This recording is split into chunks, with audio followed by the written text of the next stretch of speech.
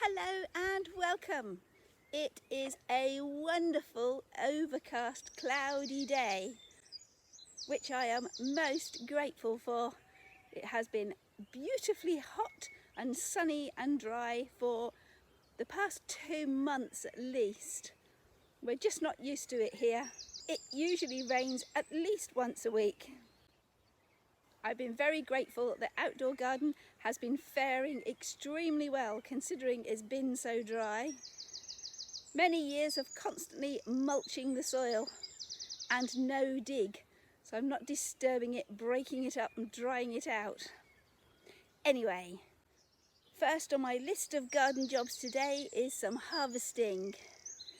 Behind me is the cherry plum tree, and this year it is dripping with cherry plums. I've been watching it carefully, expecting the birds to strip it of its fruit. So far, they've left it alone. So I have been eating the cherry plums for the past few days. They are delicious, ripe and ready. Now with this cloudy overcast day, we're actually forecast rain for tomorrow and the coming week. So I'm going to harvest these cherry plums today while the weather's still dry and there are still cherry plums on the tree. I've got the ladder out ready to get up to the higher ones and the kiddies' beach bucket to put them in when I'm up there. So let's go and see how many I get. Just in case you haven't seen my previous videos, I'll actually show you the plums in close up first.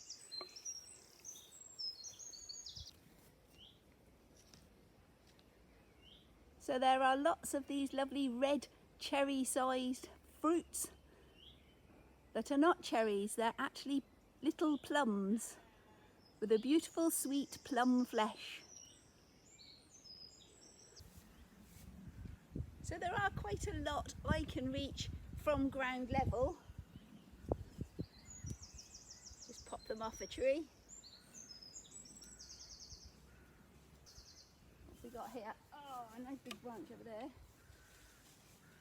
First of all, let's have these.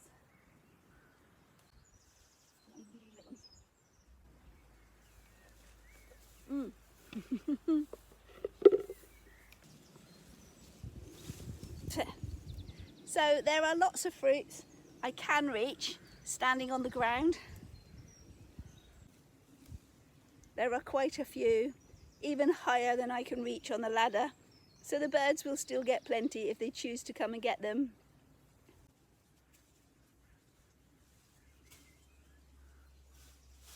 Quite honestly, I'm surprised they haven't got them already. I can only assume they haven't noticed them yet. So here we are, small cherry-sized plums. The beautiful sweet plum flesh inside. Delicious. They do have a stone inside, a pip like a cherry or a plum. I'm going to keep some of the stones and hopefully manage to germinate a couple more cherry plum seedlings.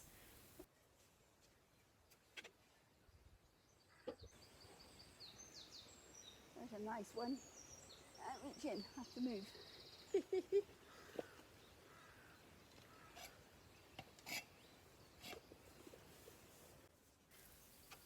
The cherry plum is generally sold as a hedging plant, so allowing it to grow to a big tree is not the norm. I do have a yellow cherry plum tree. It has green leaves, not this nice reddy pink, and yellow cherry plums. This year there aren't very many fruits on that one though. Oh, where are we? Sun's in my face. Can't see them. There. Well, not a bad little start. There are a lot of cherries, a lot of plums still in this cherry plum tree. I've noticed that actually higher up on the ladder, there's not that much fruit.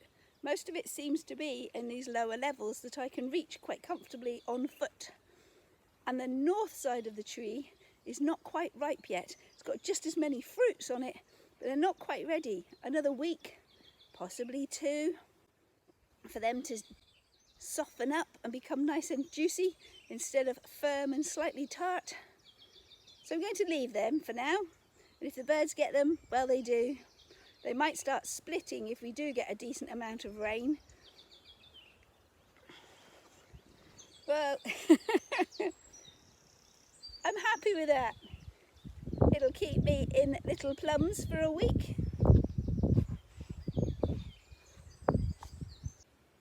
Another job I'm going to need to go up the ladder for today is to hang some strings off the top railings of the polytunnel so that I can tie up these tomatoes that in the past few weeks have just rocketed away.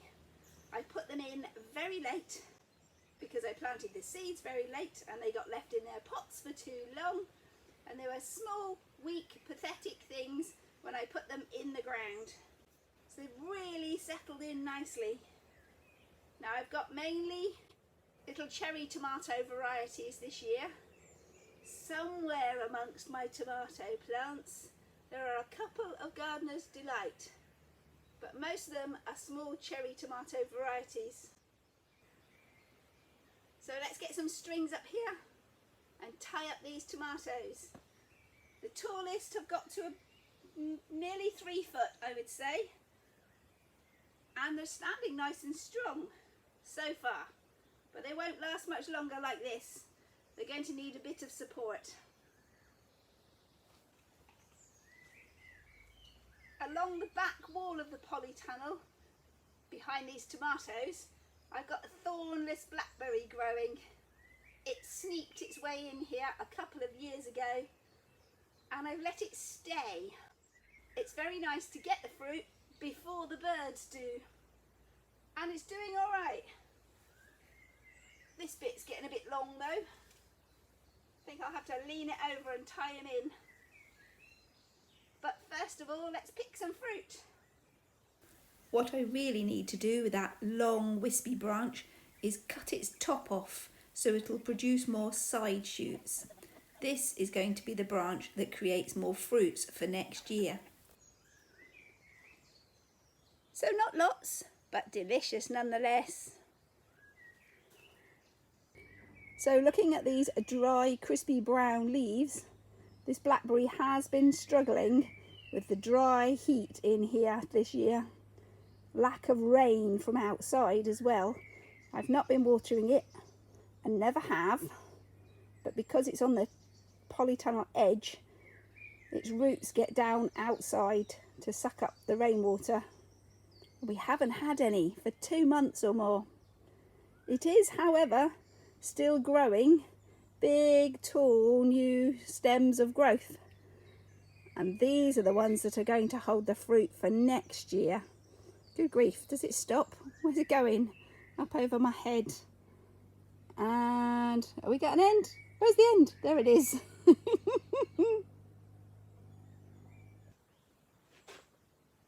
So now I've tied some strings up to the top supporting rail of the polytunnel.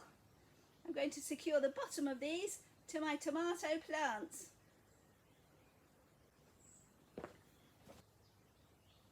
Boom. So now I have my strings attached securely at the top of the polytunnel. I'm going to attach them to the base of my tomatoes. Oh, bring myself a bit closer, there we go. So I'm going to start by taking off the very bottom leaves, and I'm just using my scissors or my fingers for that. That means I won't have any actual leaves of the plant close up to the soil, which is where their biggest risk of getting blight is. By watering and splashing the water and the dirt up onto the plant is where you encourage the possibilities of getting blight. So I'm just going to remove these bottom leaves. Now I have a nice bit of clear stem that I'm going to take my string and tie it round. Now I'm not tying it super tight. I'm going to leave a bit of a looped space so the plant can carry on growing and fattening its stem into that loop.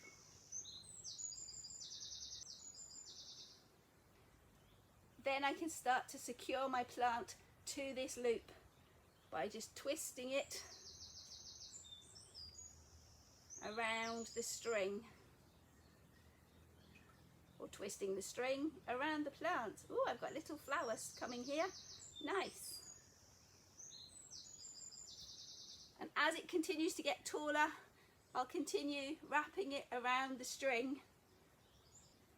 So the only thing stopping this slipping up is its very bottom end leaf. Now the plant next door to it is a much more bushy looking plant. So let's start by tidying up the bottom and taking everything off the stem.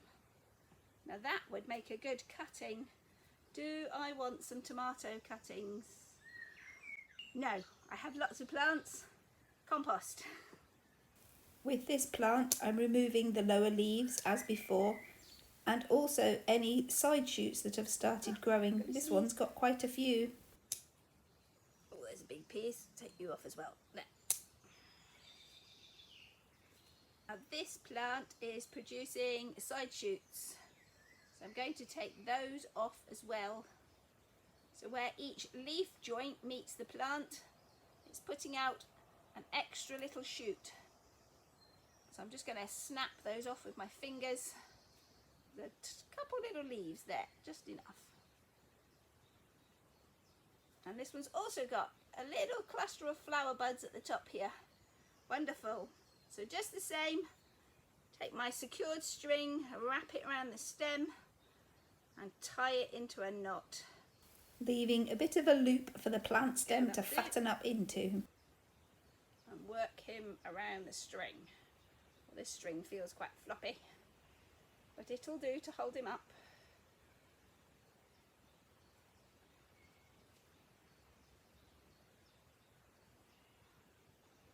Got a really bushy tomato going on here. Not sure what I'm going to do with that one. Short, stumpy, bushy tomato here. I don't know what to do with this one. Kind of tempted to leave all its side shoots because it's so short. Got a little flower truss here and here. Still going to need support, and the bottom leaves taking off. So let's do that first and see what we've got to work with. That one. And I'm going to take that one out. There. And that one. There. Where are the flowers? That's a side shoot. There's a flower there. Take that one off. Yes, sadly there's a lot of side shoot growth on this one that I'm going to remove. So there, gone. There, gone. Bottom leaf, gone. Side shoot, gone. Wow, drastic haircut on this one. There we go, that looks better. And we still have a little flower truss. Is that a leaf? Yes, I'm still going to take it off. It's too low.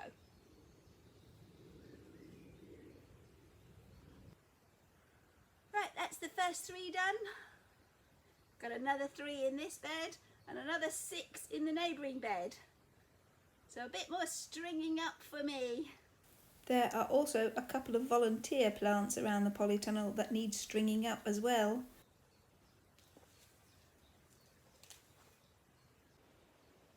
So finally, a little late in the season. What are we now? End of June. Finally got my tomatoes established into the ground and supported on some strings. Now all we need is flowers and fruit. A few of them do actually have little flower buds developing, so we shouldn't have long to wait before the beginnings of little fruits. I have some other plants supported on strings in here as well. Next to me here is a cucumber. This is a Consa, which is an F1 variety. No set fruits on this one yet, but I have a second cucumber plant at the opposite end of this bed, and that's got 2 beautiful cucumbers on it. I'm going to harvest in just a moment. And growing up this other string leading away from me is one of my melon plants. I don't know which variety this is. because in this particular bed I just wanted to get the plants in the ground. But once it starts developing some fruits, I'll be able to identify which melon variety this is. So I've got lots of melon flowers, and there are some females. See if I can find one. Oh, there we go, down here. Here's a female melon flower with its fat bulbous back.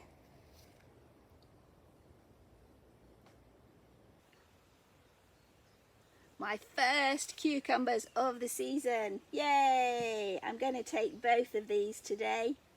Just taking the cucumber and twisting it and twisting it and twisting it until it eventually snaps off of the plant.